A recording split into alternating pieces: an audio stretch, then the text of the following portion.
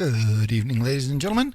Tonight, I forget which part we're on ethics in the modern world, but I want to do ethics of joy. And this is kind of a follow on to the ethics of war. So, maybe counterbalance that a little bit. And I want to explore this concept. This is an exploration, by the way, because when you're talking about something like joy, it's very difficult because it's slightly ineffable, right? So you sort of end up in the limits of language, which is always a challenge, but that's what we'll do. We'll explore this in any case. So to start with, of course, what is joy? And this is a difficult question, again, because language, but if you go back to the roots of joy, it turns out it hasn't really changed. It's this sensation of pleasure or vitality, or sort of often associated with happiness and a sense of well-being, and sort of the joie de vivre is the one I really love. Is this, the joy of life, the life-giving joy. And I thought to be more specific about that, because it's just sort of a bunch of synonyms, of course. And how do you distinguish something like joy from, say, happiness or just pleasure? Now, there's anything bad with happiness or pleasure, or can you distinguish them? And again, this is an exploration, not an answer, but I thought a couple of things to think about is one, is I think joy is innate, which is to say that joy comes from within. Now, it can be stimulated by external things, of course, and that it's not exclusively internal, but that its primary source is it springs from a sort of native sense of well-being.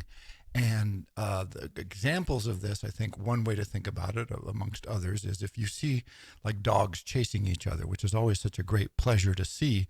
This is just innate in them, right? This is their expression of their own innate vitality, and this idea that you are expressing something that is already within you. It sort of kind of rolls along this idea that just being alive, right? The life force in the universe. Why is there life and not life? One of those questions that's probably unanswerable. But at least what we know is that there's this sort of excess. There's this sort of organizational and energetic excess that is in fact life. And so you can almost articulate joy as simply the expression of the notion that you have this amazing, unlikely force, vitality, that is simply innate to you as a living creature. And I think if you read Epicurus, people are always kind of surprised by him because Epicurus is about pleasure and blah, blah, blah. But when you read him, what he talks really about is like eliminating pain. And he says, look, if you can get rid of as much pain as possible, minimize pain. He understands that life happens, and this is going to be a necessary component of life as well. But if you can minimize pain, and you should focus on minimizing pain, then you'll be okay. And people think, well, that's sort of, you reach neutrality. Well, that is, you only think of this as reaching, this is not what Epicurus felt, by the way, but people say this, and I've had these arguments where they say, well, that's not very good. I want to do better than just not being in pain. And Epicurus's idea, or at least part of it, is that if you strip away the pain, it distracts you from those things that are natively your native vitality. You're not left neutral. The fact that you're alive and not distracted by pain or other things that deaden you means you do enter this state of joy. And so he did not see this as a contrast between neutrality and pain, or pain and pleasure. He saw this as a contrast between your native vitality being thrown off or distracted or diminished or veiled by forces sometimes beyond your control, sometimes not beyond your control. And so when you think about it that way, it's like our native state is joy, right? And so not being in joy means you're not in your native state. And you can that's sort of one way to understand more clearly what Epicurus was driving at when he said, hey, let's minimize pain and distractions and these sorts of things. Another aspect of it, or potentially another aspect of it, and also associated with Epicurus, this is part of what Epicurus was arguing, is the notion that there is no, you don't pay a cost for joy. So how do you know when you're not just having fun or just experiencing excessive pleasure as opposed to also having true joy? And I'm not saying these things are mutually exclusive, but again, to try and disambiguate a little bit. And for Epicurus, his argument was always the same, which was, look, drinking is not a problem. It's only a problem if you have a hangover. So drink as much as you want, and as long as you don't have a hangover. If you have a hangover, well, now you're suffering. And suffering is what we're trying to avoid. So don't do things that cause you to suffer. You would think that would be pretty clear, like that, to just say, hey, don't do things that cause you to suffer. It's like, oh yeah, that makes sense. We're terrible at this. Of course, we all know this. Like, we're really, really bad at avoiding the suffering for some reason. What we'll talk about. There are many reasons why this is true. But the idea is like, oh, if it's really joy, which means it's something innate to you that's coming out, you might be tired. Like after those dogs chase each other, they run around, they get tired, they lay down, but they're not, fatigued or stressed or, like, oh, really sorry. They had just chased each other around. They don't get up and go, oh man, that fifth tequila was a bad idea, right? That's the sort of what for Epicurus. And I think one way to think about joy is it's those pleasures and that vitality for which you don't have a price, right? There's no downside to it. It's just there. And again, this comes back to the notion that your resting state is not neutrality, but something joyful and glowing and vital, which is of course arguable. But again, one way to think about this. And as part of that native is the notion of,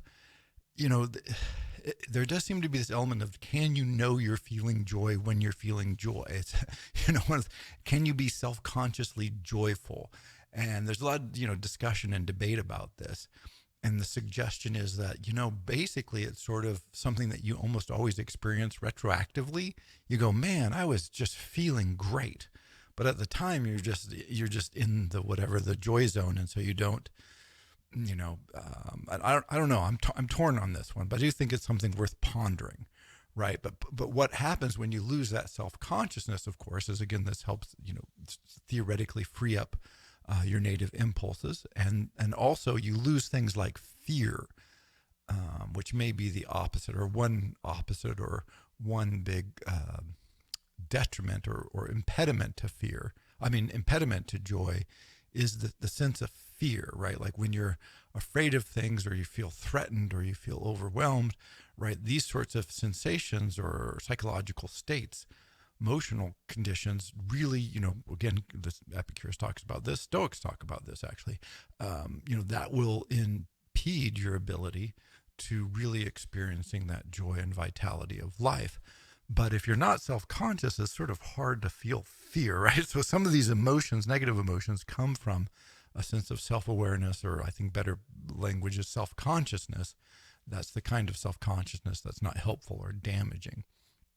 So potentially a couple of elements of joy that can make it slightly different or, overlapping but not congruent with happiness or mere pleasures. Like happiness, you might go, oh yeah, I was at a party and it was great. And we stayed up all night and we drank, we had fun. Like, woo, it's great. Like you might really enjoy that, right? So it's not like and I'm not even saying that that's bad, right? And we say enjoy has the word joy in there, but then the next morning you're exhausted and you're like, oh, what the hell was I doing? Why did I do that? I feel terrible, so yeah, maybe that was just an excess of joy, but this is completely debatable, but I think a better way to think about it is those pleasures and even ecstatic experiences, if you will, for which you can have the like, oh, I'm no longer in that mode, but I don't have like a big, like, oh, I'm not collapsing. I don't have this big, regret or sickness or anything. It's the kind of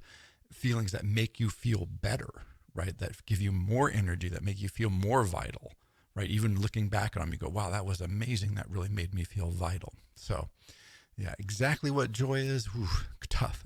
This is, like I said, we're right at the end. You get to the limits of language when you're talking about these sorts of experiences and emotions in psychology, somewhat ineffable, but I think that might be a few characteristics to at least ponder and reflect on as trying to think about what exactly is joy. And another element of this, and now that we have maybe a vague idea of what it means, maybe not. I'm not sure that was helpful, but some things to ponder in the realm of joy. Is this sense of, is joy like a worthwhile goal? And this is always, I always find this somewhat bizarre and interesting in our culture, but it's very clear where this comes from.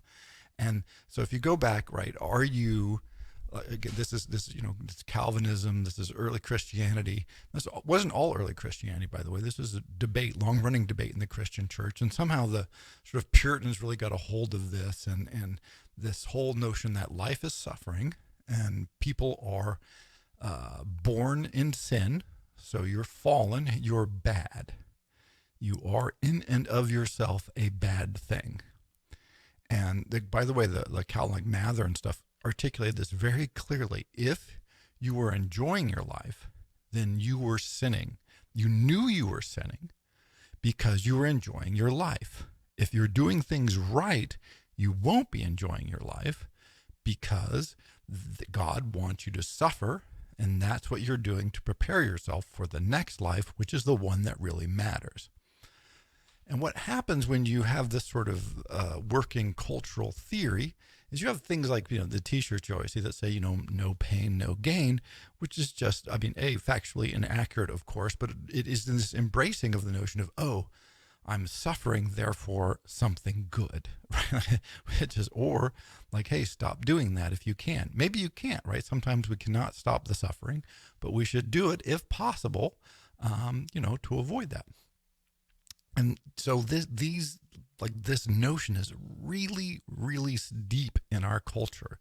And if you look at a philosopher like Spinoza, Baruch Spinoza, who was sort of trying to work against this, it's not exactly clear precisely what Spinoza believed, by the way. He was a very interesting thinker. Basically, no one liked him. He got in trouble with the Jews, got in trouble with the Christians. He had to, his writing is not that clear, but it seems like that was purposeful so he wouldn't get in more trouble. But there's certainly one way to read Spinoza where his central argument, or one of his central arguments, can be boiled down to the notion that, to the extent that there is a God, and he clearly was a theist, but what kind of theist, gets very murky very fast. But, that the way you're doing things right is that you are experiencing joy, like you're enjoying your life. If you're not, then you're not living according to God's plan. Right. And so Spinoza sort of makes this argument, and this is debated too, how far he goes here, but I'll just oversimplify and make it look like he supports the thesis today. But I think he does. I think it's definitely an arguable position, that the reverse of this, right? Like that God wants you to enjoy your life. So if you're not enjoying your life, you're sinning against God.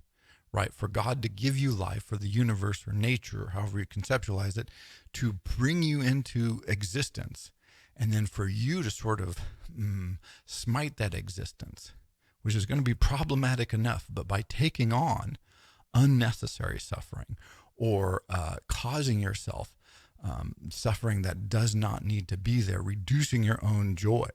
He's like, well, that's just a sin against God. Like, God doesn't want you to do that. He wants you to be happy. God wants you to thrive and to be vital. What else would be the point of creating you? Right? So this is sort of the Spinoza line of it's a sin to pursue or take on unnecessary suffering. We don't really believe this too much, by the way. Even the notion that that would be a sin.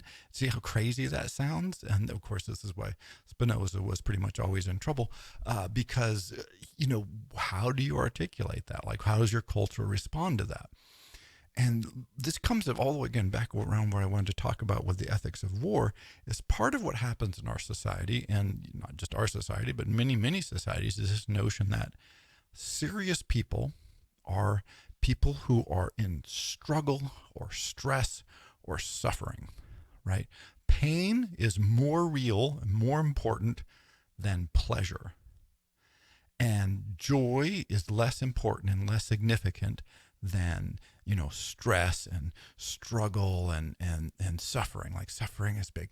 And so we have this strange cultural sort of pose, which of course again comes to us from this Christian heritage in part, and from sort of this work ethos that grows up around it, that like, oh, if you're a serious person, then you really have to, dig in and just really stress yourself and sort of, bleed blood from your pores, sweat blood, this kind of thing. And then that's admirable, right? And people talk about grit and perseverance and drive and, get up early, go to bed late, and all this sort of, nonsense that says, oh, if you're just enjoying your life, well, that can't work, right? Basically, you're not a serious person. That only serious people that matter are people who are really, stressed and struggling and being devastated and suffering. And so we have this bizarre process whereby people, I think, often pose as if they're having a much worse time than they are. Nietzsche was very good on this because he said, he thought that most people, if you gave them the option to say, okay, hey, this is called the eternal recurrence as part of this idea that he promoted. He said, oh, if I give you the option of I'll shoot you now and you'll die forever, or you have to live your life over again just as it was, he felt most people would probably go, I'll just live my life again. Thanks very much. And part of that is to go, oh yeah, see, so you're pretending like you're much unhappier than you are. Not that people sometimes aren't really unhappy. It's just that we have this pretense that we need to act as if we aren't enjoying ourselves, often even when we are, which is bizarre. And also comes to this notion of, oh, we need to, if the world is suffering, we need to suffer or else we're doing something wrong. So people go, oh, there's a war in the Ukraine. Oh my God, it's so terrible. And it is terrible. This is, war, generally speaking, terrible. But does it help in any way for you to feel bad? Does this help the Ukrainians? Does it help anybody? Right? If for you to take, but it's almost offensive for people to say, oh, there's this horrible war going, there's terrible things happening in the world, but I'm happy, I feel good, I'm ready to go. Like, it's beautiful, spring is here, I feel full of vitality and life. But notice this, like, shouldn't you, right? Like, why? Like, if they're completely disconnected, William James says wonderfully, he phrased this about, many decades ago, over a century ago. He said, can I not enjoy my life? That paraphrase, that's wrong. Something like, can I not, it's not enjoy my life, but I think it's, can I not feel pleasure? Oh, I should have looked this quote up. Let's just go with, can I not enjoy my life as long as there's a single lovelorn cockroach in the world?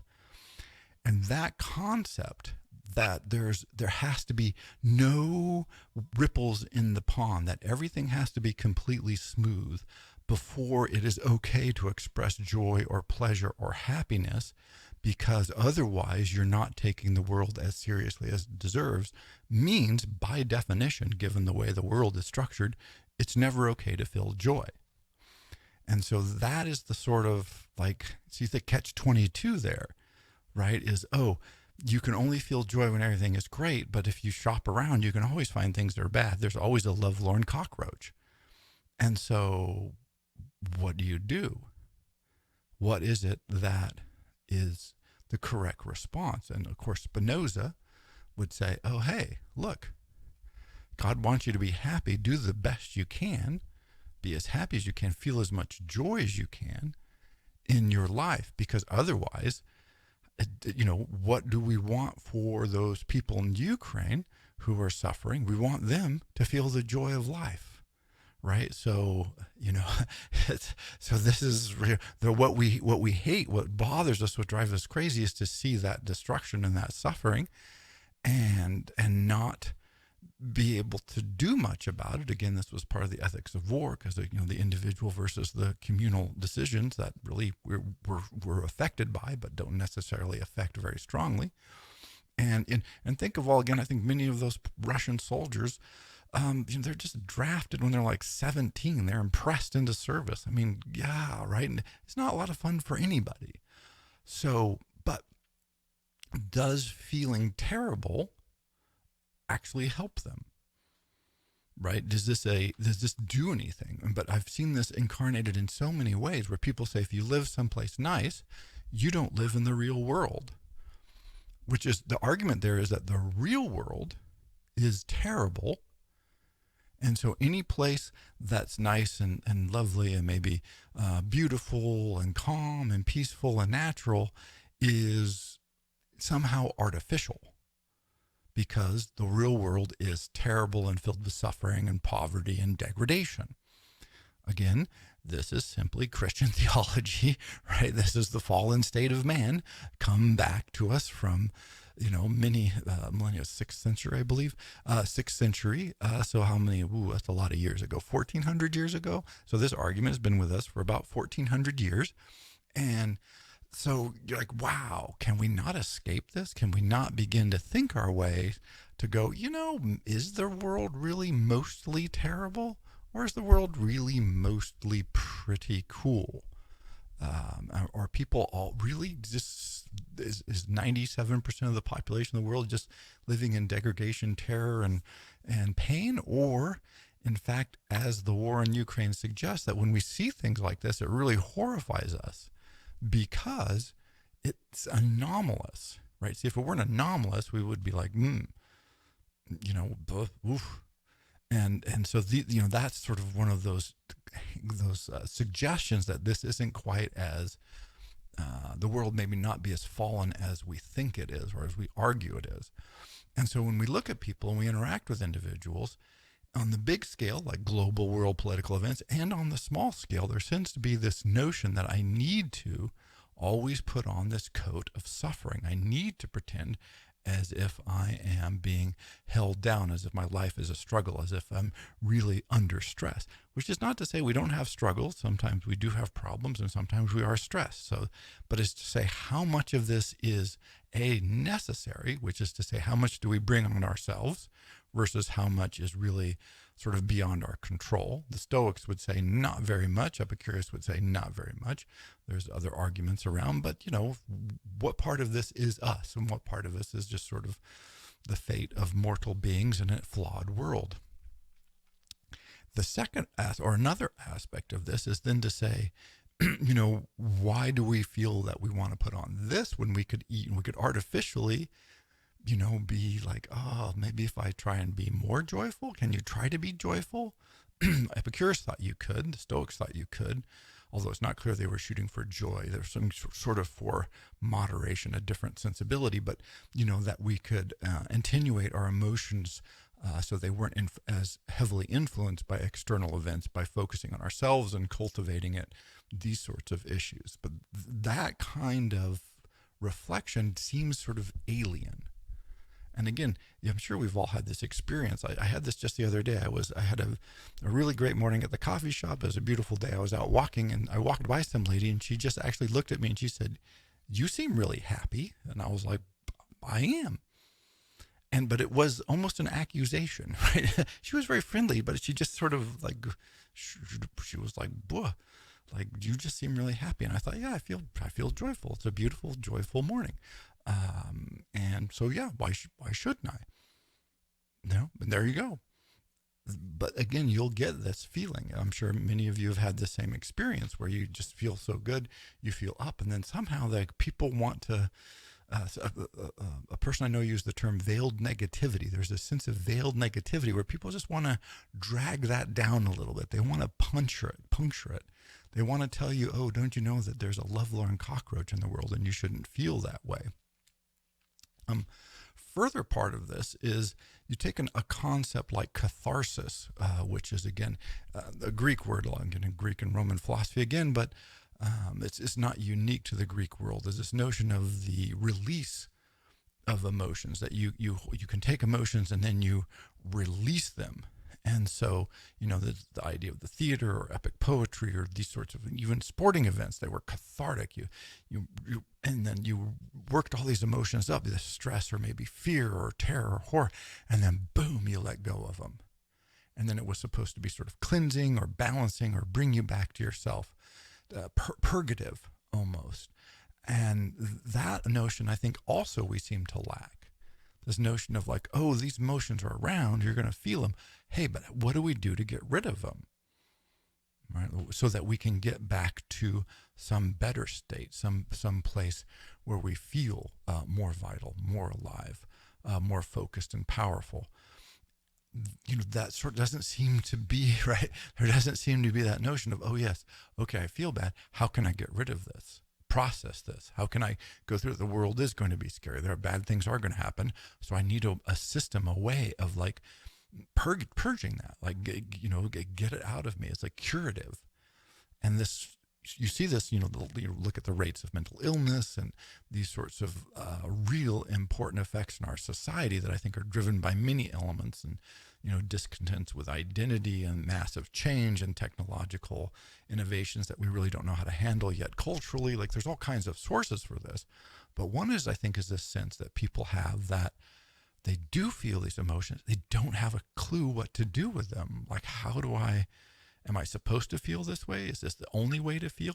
How do I get rid of them? And we don't seem to have this notion of, oh, here's what you do to get rid of this, because our real deep cultural argument is, well, if you're not suffering, if you're not feeling agitated, if you're not under stress, then you are, basically not doing it right. You're a sinner, and God wants you to suffer because that's the kind of world we live in.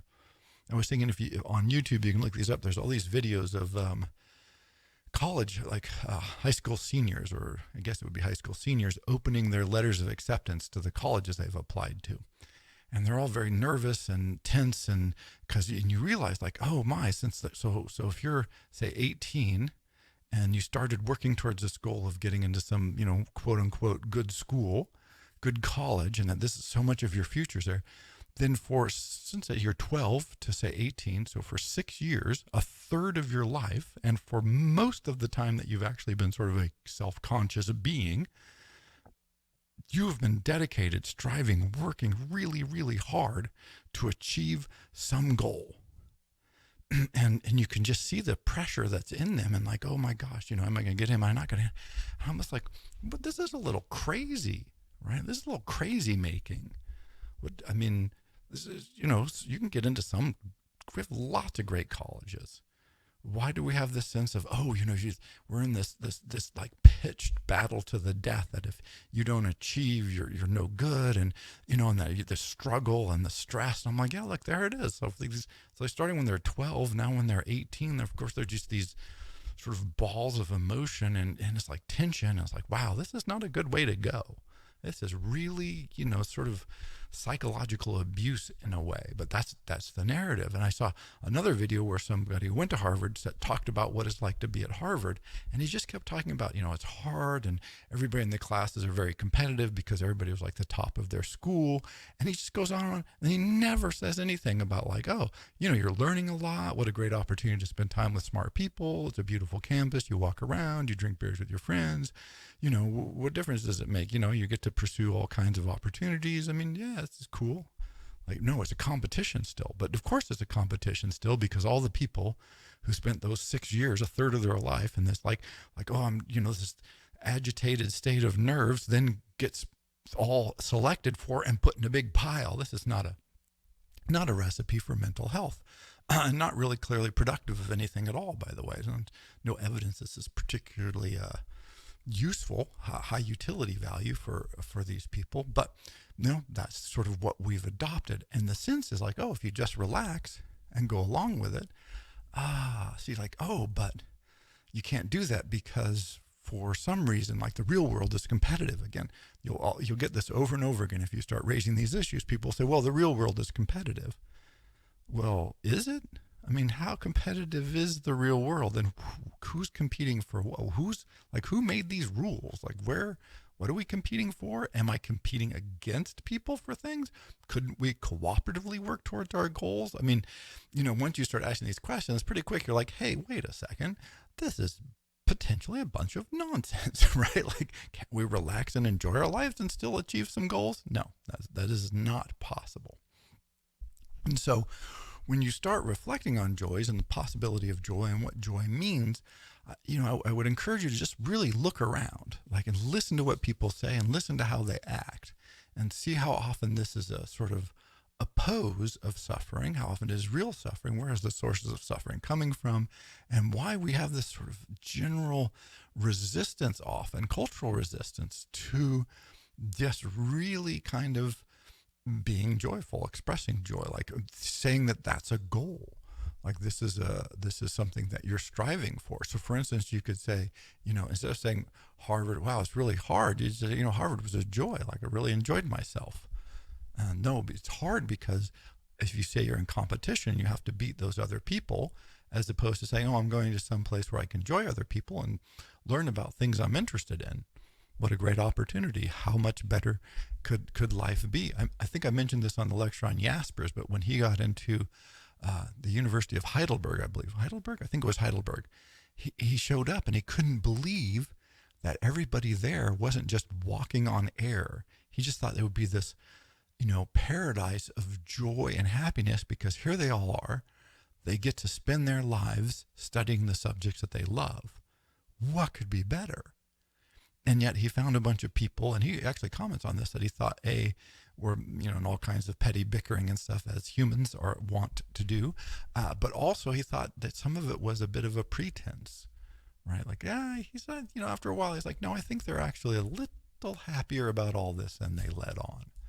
So this is sort of the kind of reflection, I think, when you think about the ethics of joy. Is it actually a sin not to enjoy our lives? Or is it a sin to enjoy our lives, right? Where does the ethics of that fall? Obviously, I'm leaning towards it's a sin not to enjoy your life as much as you possibly can, because why wouldn't you? What would be more important? What would be a higher ethical goal? And of course, that is selected. Different people will select different ethical goals. But, this is one to ponder. Should we not, at least to a certain extent, be pursuing joy as a chief ethical good?